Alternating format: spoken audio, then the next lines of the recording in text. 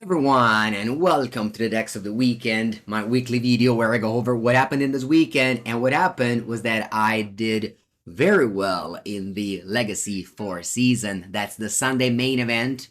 323 players went there. I finished A01 with my trusty Credit Control. This is the same deck picture I took in Spain when I top 8 Impact Returns.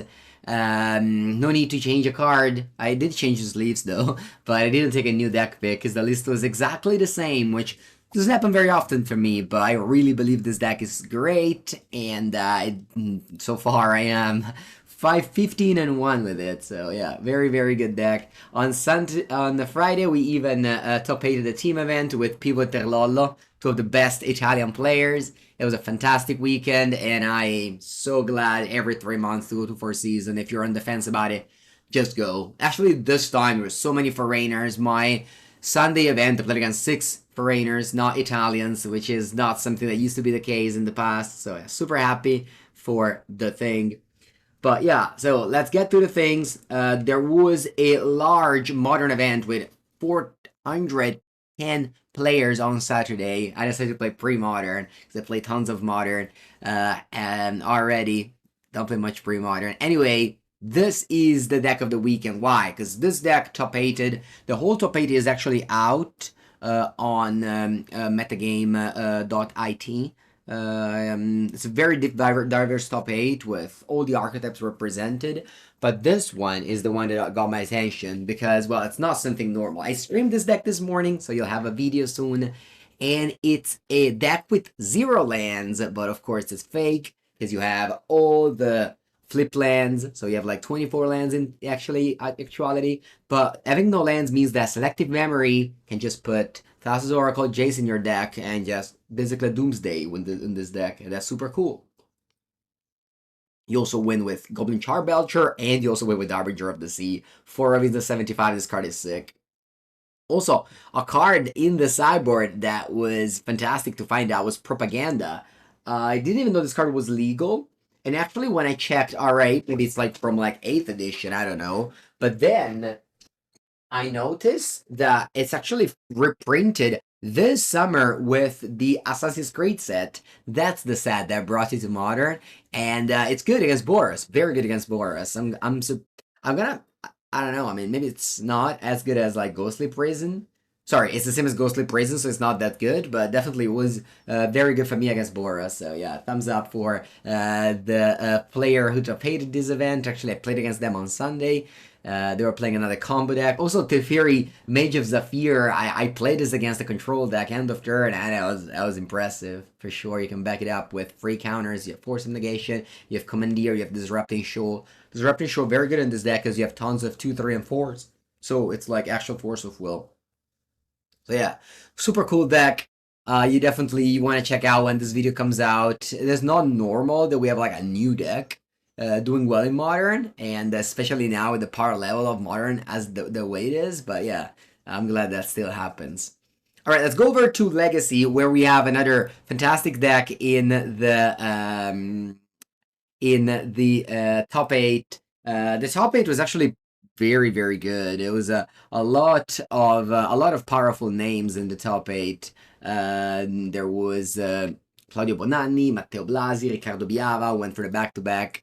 Of course, Marco Del Pivo sneaked in as well. So very cool to see my friends doing well, especially Pivo, of course. And yeah, so this is my deck. I've showed you before, but the deck I'm showing is from Claudio Bonanni. He's always a Mad Brewer, is also a GP champion. And this time, he got the job done with a wild deck. So it's a bug deck, Sultai. I've been playing Sultai Ura in the past, but this one, okay, so there's no Up the Beanstalk. That's a card that basically just rotated out of Legacy with the extreme blue-black Reanimator decks around. This deck is playing Delighted Halfling, is playing Tamio, so a lot of actually early drop, and it's playing The Ring. Psychic Frog, of course, super good. The best card in Legacy right now, if you don't count the classic for Switzerland days, and probably the next card to be banned in Legacy soon. But outside of that, let's not talk about ban. Let's talk about what we got here. We got Urut and the Nature's Wrath that doesn't see play anymore, like actual zero play. But I'm glad to see that it's still doing well here. We got the One Ring and Minamo. Draw a lot of cards, discard them to Frog, one shot the opponent. Tamio and again Halfling with so many legendary cards to play uncounterable. So yeah, congrats to Claudio to do well with a brew. Again, back-to-back brew. Super cool to show, and this is his third consecutive top eight, which is not an achievement that many people can do at a 330 people where event where they couldn't even ID the last round. You have to go 7-on-1 at the top eight. Let's move on to the next format now. Also, yeah, Cyborg Ashik Dream Render, another card that you don't see often. Let's move to the next format now. We have Pauper and we have Cycle Storm. All right, first parenthesis. I am right now playing Blue Red Scred. I played it last Thursday in my local Pauper League. I'm playing Galvanic Discharge over Lightning Bolt, but I'm not playing to the narrative. I'm playing for Preordain. The list is the same as the one that I've been playing in my videos, just swapped Discharge for Bolt. I think Discharge is better because against both Ponza and Mono Blue, you can discharge the Arborel for the Delver and then have 2 energy left over to discharge 6/5s or 5/5s, which is why I like Discharge more than Lightning Bolts. Of course, you can both face, but I think that's not that relevant in this deck. Alright, let's go again to the deck of the weekend, Cycle Storm. Now, this deck won a challenge, and it is something that's very unique, a unique experience. So, the way Pauper ban lists work is very weird. Like, they don't ban the broken cards, like Dark Ritual, Lotus Petal, Kabar Ritual. They actually ban the payoffs. So they keep on banning Storm cards over and over, like Cheddar Storm was banned, or, of course, Grape Shop, Tempted Warrants. All the Storm cards are banned. You have like Weather the Storm, and you have Reaping the Graves, which is return a creature from your hand to your, or give it to your hand. Now, what you do in this deck is you cycle. It's a Cycle Storm deck, so you cycle all your creatures, and then you go Song of the Damned, add black mana, and then you go play a bunch of spells. You go Reaping the Graves, return all those creatures you cycled.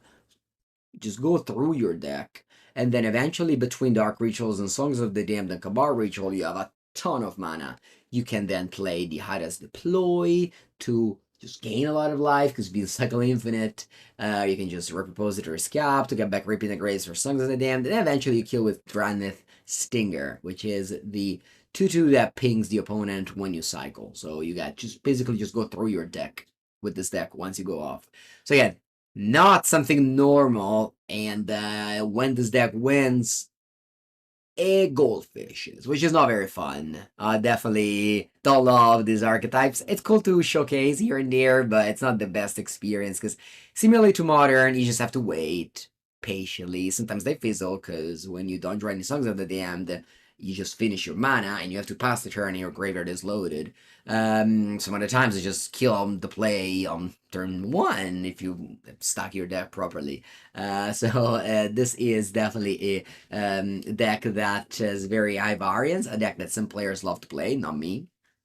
But a deck that I wanted to showcase in case you didn't know, and you're interested in Modern, and you like to know what's up. This deck won a challenge on Magic Online, just no joke. So congratulations to the player.